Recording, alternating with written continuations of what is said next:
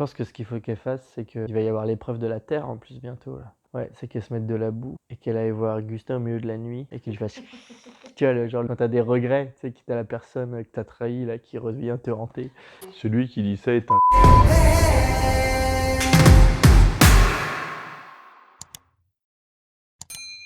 C'est parti pour l'épisode 12. Dans l'épisode précédent, Maxime et Cassandre ont été éliminés par le jeu des destins liés. Maxime avait un collier, il ne l'a pas joué. Je pense que Cassandre lui en voudra toute sa vie. Elle était à ça des 100 000, bon, à ça des 100 000 euros. C'est reparti. Sur le camp, les naufragés n'en reviennent pas que Maxime n'ait pas joué son collier d'immunité. J'arrive pas à m'en remettre.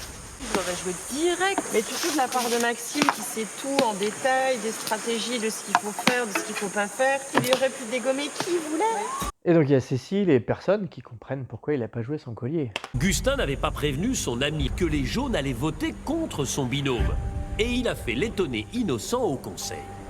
Est-ce que ceux qui ont voté contre moi veulent bien me le dire? Cécile aussi? Ouais. D'accord. Et Gustin aussi, non? Non. Non. Non, Gustin, non, je pense qu'il est resté fidèle à Cassandre. Alors c'est clair que Gustin, il n'a pas été totalement exemplaire, mais ce qu'il y a à noter là, c'est qu'il y a la volonté, notamment d'Hugo dans ce qu'on vient d'entendre, du groupe, d'en mettre un maximum sur les torts de Gustin. Par exemple, Hugo, là, il était convaincu que Gustin mentait sur le fait qu'il n'avait pas voté contre Cassandre. Donc une fois que ça a été élucidé, eh bien on va chercher, tiens, qu'est-ce qu'on pourrait lui reprocher? Alors c'est assez évident puisqu'il aurait pu être plus loyal, mais on voit qu'il y a une tentative de lui attribuer un maximum de torts, et après on cherche d'autres torts, et on va essayer de grossir un maximum de torts. C'est en tout cas ce que j'ai l'impression qui est en train de se passer. Comment il peut lever la main devant Cassandre en souriant, en disant « moi j'ai voté contre Jacques ». Par exemple, le récit qui est retenu, c'est que Gustin aurait levé la main en souriant. Et l'accusé il a dit « moi j'ai voté contre Jacques » et Cassandre l'a regardé en mode « t'es mon Dieu ». Alors oui, ce que le groupe a mal vécu en se mettant à la place de Cassandre, c'est que là, Cassandre, elle est convaincue que Gustin l'a défendu dur comme fer, ce qui n'est pas le cas. Il est individualiste au possible. Il y a lui, et il y a lui aussi à un moment donné. Donc on lui attribue les qualificatifs d'individualisme les plus extrêmes possibles, alors qu'en fait, finalement, il a moins été mauvais que ce que pensait Hugo au départ, quand Hugo pensait qu'il avait voté contre Cassandre. Donc en fait, c'est que quoi qu'il lui fait, on essaye de le charger au maximum. C'est ça que je souhaitais mettre en évidence là. Donc maintenant, moi je n'attends qu'une seule chose, c'est de pouvoir mettre le nom de Gustin enfin sur un bulletin et que ça fonctionne. Je veux qu'il sorte. Je fonctionne très peu par vengeance, mais j'aime bien fonctionner un petit peu par justice. Ah oui, la différence entre vengeance et justice, c'est pas vraiment une analyse technique, c'est justice, c'est souvent le mot que prend vengeance dans la bouche de ceux qui, parce qu'ils ne sont pas éliminés, peuvent écrire le récit. Après, j'allais pas non plus lui dire tu vas te faire éliminer ce soir, sinon ça aurait tout cassé les stratégies.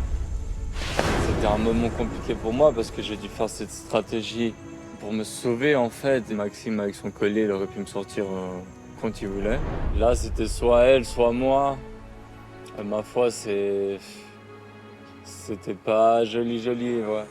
Alors il a peut-être pas hyper bien réfléchi à tous les scénarios possibles, et sûrement qu'il avait possibilité de trouver un truc dans lequel il évite cette situation où il a estimé ne pas devoir en parler à Cassandre. Mais par contre, ce que je vois chez lui, c'est quand même une honnêteté, c'est-à-dire il y a beaucoup d'autres participants qui, même en mode interview devant les caméras, maintiennent dur comme fer qu'ils ont agi au mieux, et lui il le reconnaît, c'est pas joli ce qu'il a fait. Il est pas fier de lui, et c'est aussi une manière d'être honnête. L'aventure n'est pas terminée pour Cassandre et Maxime.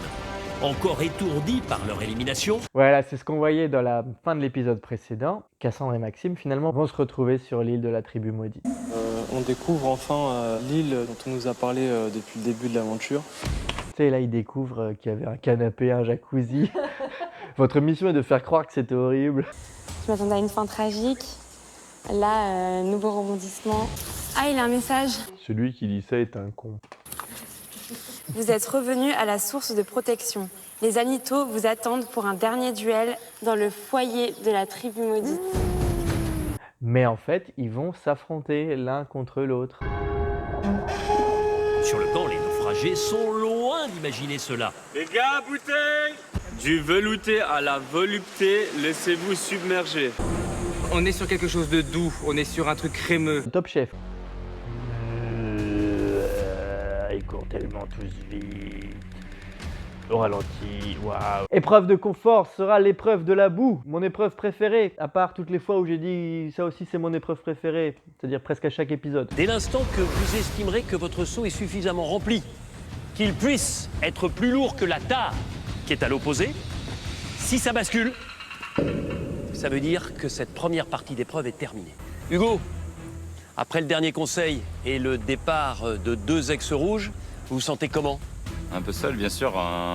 Je suis un ancien capitaine avec une toute petite équipe aujourd'hui. Il lui reste celui dont il dit que c'est un traître, et puis Cécile contre qui il a voté, ça va aller loin. L'épreuve de la boue cette saison se fait individuellement avec chacun une balance. Ils vont chacun remplir un seau qui va devoir être suffisamment lourd pour être qualifié pour une finale. Une finale garçon, une finale fille. 3, 2, 1, go!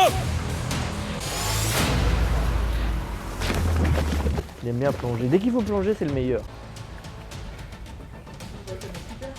Waouh, la coupe! Ah ouais, que ça crête! Aïe! Gustin, qualifié pour la finale. Il reste une place. Ilyes, qualifié pour la finale. Bon, Cécile, est-ce qu'elle sera la première femme qualifiée? C'est bon, Cécile, qualifiée. Bravo Cécile. Qui va vous accompagner, Charlotte ou Sophia? Il n'y a plus qu'une place en finale. C'est bon pour Charlotte. La finale n'est pas exactement une épreuve de la boue. Alors ça utilise de la boue, mais le but c'est de faire des boules avec de la ficelle et de la boue et de tirer sur des statues. Il vous manque une cible. Cécile, il vous en manque 4. Allez, il en manque 3. Cécile contre Charlotte, mais qu'est-ce qu'elles sont balèzes! Presque chaque fois qu'elle tire, elle touche un truc. Cécile, vous venez de faire tomber celle qui est la plus proche de vous à 5 mètres. Oui, et là en fait tu vois un gros plan et tu vois qu'il y a 56 modes de terre. Et c'est Charlotte qui remporte cette épreuve. Finale Gustin-Ilyes, et c'est Ilyes qui remporte. Donc Ilyes en confort avec Charlotte dans l'hôtel de luxe. On arrive dans cette ville magnifique, on voit les habitants, on les rencontre, on échange des sourires, des coucous. Donc voilà, ils sont en train de profiter de la récompense de l'épreuve de confort. Pour l'instant, ils sont dans le bus, dans les rues, en mode France 98, qui descendent les Champs-Élysées visiblement. C'est comme si toute la ville avait été prévenue, quoi. Je suis pas bien. Une fois que je ressens vraiment le manque de tout. Là, le moral est compliqué là pour les personnes qui ont perdu et qui reviennent sur le camp. Le temps commence à être long, les estomacs sont bien vides, les réserves d'énergie vides également. C'est à ce moment-là qu'il faut se battre, mais c'est dur. Hein. Je suis trop contente de partager ça avec Ilyes. Je vois sa tête de bébé là tout content, son sourire. Ah mais il y a une fête en fait. C'est la fête de Charlotte et Ilyes. C'est incroyable. En fait, sur le bus, il y a marqué une bande de qui aiment bien qu'on leur sourie et leur fasse coucou. Retour sur l'île de la tribu maudite pour le duel entre Cassandre et Maxime. Installez-vous. On fait un spectacle de marionnettes ou quoi? Vous allez disputer un duel. Celui ou celle qui gagne repart au sein de la tribu réunifiée, comme si de rien n'était. L'autre, il va rester là. L'autre, en revanche, est définitivement éliminé et rejoindra les membres du jury final. Il y a 11 pièces de bois à assembler, constituant une vague. Oh Maxime, oh Maxime.